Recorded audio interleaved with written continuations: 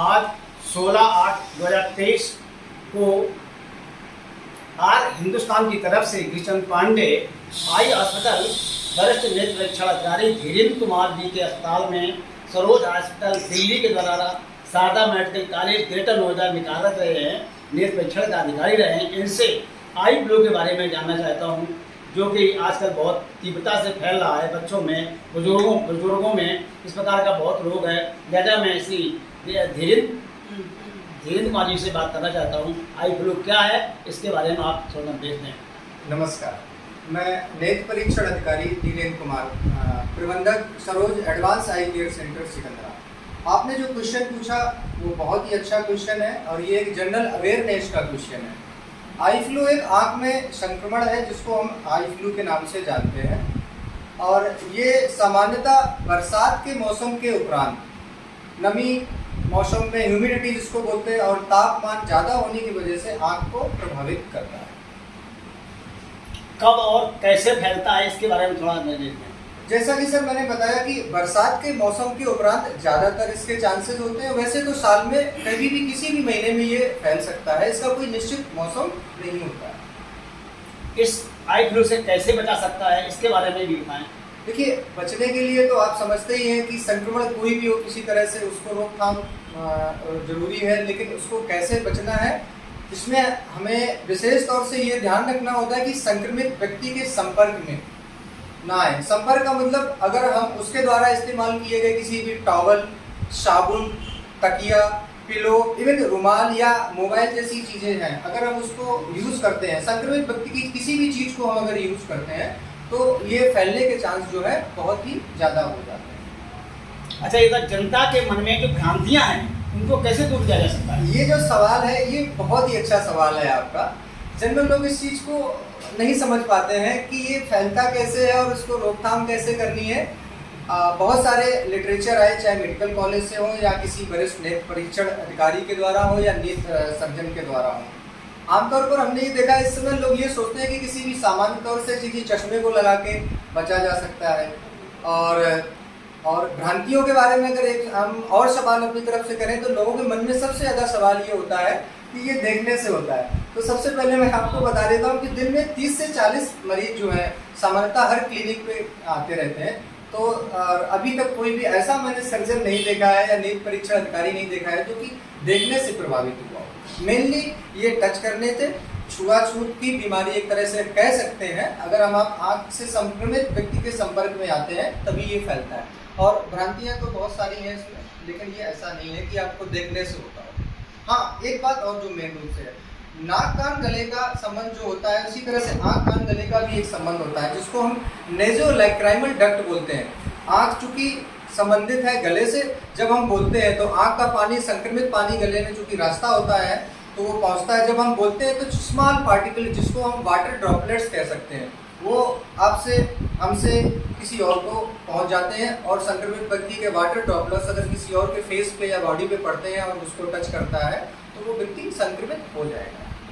हाँ, आज आपने बहुत अच्छा ये जवाब दिया है, जनता के लिए बहुत निर्देश दिए हैं।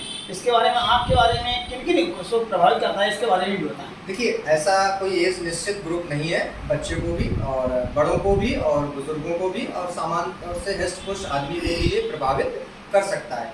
मुख्यतः ऐसे लोग जिनका इम्यून सिस्टम शरीर में कमजोर है, प्रतिरक्षा तंत्र जिसको हम अगर हिंदी में बात करें, तो उनको कोई भी बीमारी, फ्लू ही क्या, कोई बीमारी उसको बहुत जल्दी प्रभावित कर सकती है। धन्यवाद। गंभीर परिणाम क्या हो सकते हैं, इसके बारे में निर्देश दें। हाँ, ये एक और अच्छा सवाल है कि इसमें नॉर्मली लोग सोचते हैं कि अपने आप सही हो जाएगा, 3 दिन में या 7 दिन में अपने आप क्योर हो जाएगा, या हम कोई देसी नुस्खा कर लें या झाड़ फूंक कर लें जल्दी सही हो जाएगा। तो ऐसा बिल्कुल नहीं है। ये एक तरह से वायरल संक्रमण है। अपने आप सही होने से तो बेहतर है कि किसी अच्छे नेत्र परीक्षण अधिकारी या नेत्र सर्जन से आप सलाह लेके दवाइयाँ, उचित सलाह लें और दवाइयाँ यूज करें। उससे आप जल्दी क्योर हो जाएंगे और सुरक्षित रहेंगे। फर्दर कॉम्प्लिकेशन, जो दूरगामी परिणाम, दुष्परिणाम होते हैं, उससे आप बच जाएंगे।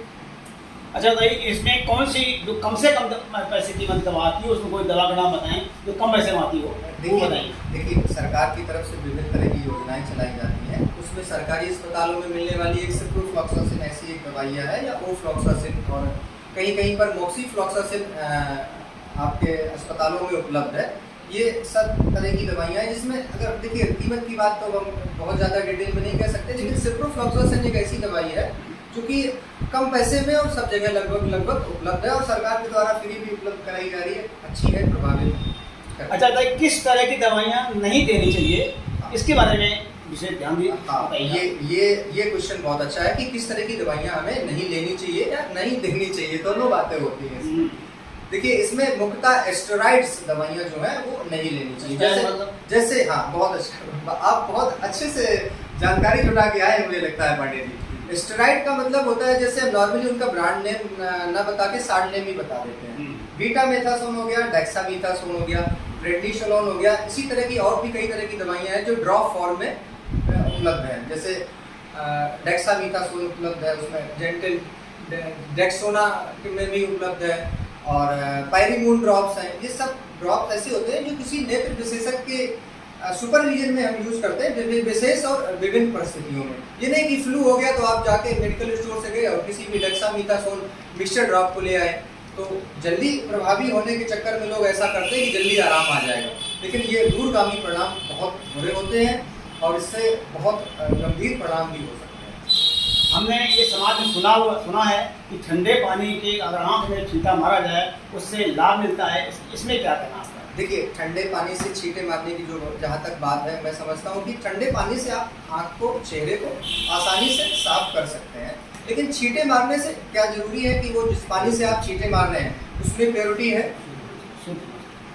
शुद्ध है ना? तो इम्प्योरिटीज की या अशुद्धता की वजह से पानी भी तो बरसात में गंदा होता है, तो ये कह सकते हैं कि हमें साफ सुथरे पानी से साफ करना चाहिए। आज के बारे में आपका क्या कहना है और इस प्रकार बच्चों को क्या क्या करना चाहिए, क्या नहीं करना चाहिए, इस बात के बारे में? आँख के बारे में बच्चा हो या बूढ़ा हो या बुजुर्ग हो, कोई भी हो, इसमें वही है, साफ सफाई का ध्यान रखें, संक्रमित व्यक्ति की कोई भी चीज़ यूज ना करें, उससे दूरी बनाए रखें और हाँ, एक अच्छी क्वालिटी का उत्तम गुणवत्ता वाला धूप का चश्मा जो कि धूल से भी और धूप से भी बचाव करता है, काफ़ी कारगर है। जब कभी आप बाहर हो, घर के अंदर उसको लगाने की जरूरत मैं इसलिए नहीं समझता हूँ, जब भी कोई संक्रमित व्यक्ति चश्मा परमानेंट लगा के रखेगा तो उसका संक्रमण चश्मे पे भी आएगा और चश्मा अगर वो मान लीजिए यहाँ पर रखता है और आप इस जगह को टच करते हैं तो उसी चश्मे से आप भी संक्रमित हो सकते हैं। क्या बच्चों को चश्मा लगाना जरूरी? बच्चे लगाए, आजकल चश्मा चल रहा है, बिक रहे हैं, क्या बच्चों को चश्मा लगाना आवश्यक है या नहीं है, या बुजुर्गों को भी है या नहीं, किसको है या सबको जरूरत है? देखिए चश्मे से ना तो इसका बचाव पूरी तरह से संभव है, ना आवश्यकता की बात है। हाँ, जिस घर में या जिस क्लास में या जिस ऑफिस में कोई व्यक्ति संक्रमित है तो उसको थोड़ा सा प्रोटेक्शन लेने के लिए चश्मा लगाना जरूरी है और ये बहुत ज़्यादा जरूरी नहीं है कि वो ऑफिस के अंदर भी लगाए, थोड़ी सी दूरी 2 फीट 3 फीट 4 फीट की दूरी बढ़ते जिससे कि दूसरे व्यक्ति भी प्रभावित ना हो। बहुत धन्यवाद, आज आपने बहुत अच्छे क्वेश्चन को उत्तर दिया है। आम पब्लिक के लिए जो ये आप निर्देश दिए, दवाइयों का नाम दिया, बच्चों के चश्मों के बारे में बताया, समाज के बारे में बताया और अपने अस्पताल के बारे में बताया, इसके लिए बहुत बहुत धन्यवाद। आप ऐसे करते रहिए, आगे बढ़ते रहिए, देश को भी साथ लेके चलिए। धन्यवाद, बहुत शुक्रिया। बहुत बहुत शुक्रिया आपका। आर हिंदुस्तान हर हिंदुस्तानी की खबर डाउनलोड करने के लिए सर्च करें आर हिंदुस्तान प्ले स्टोर।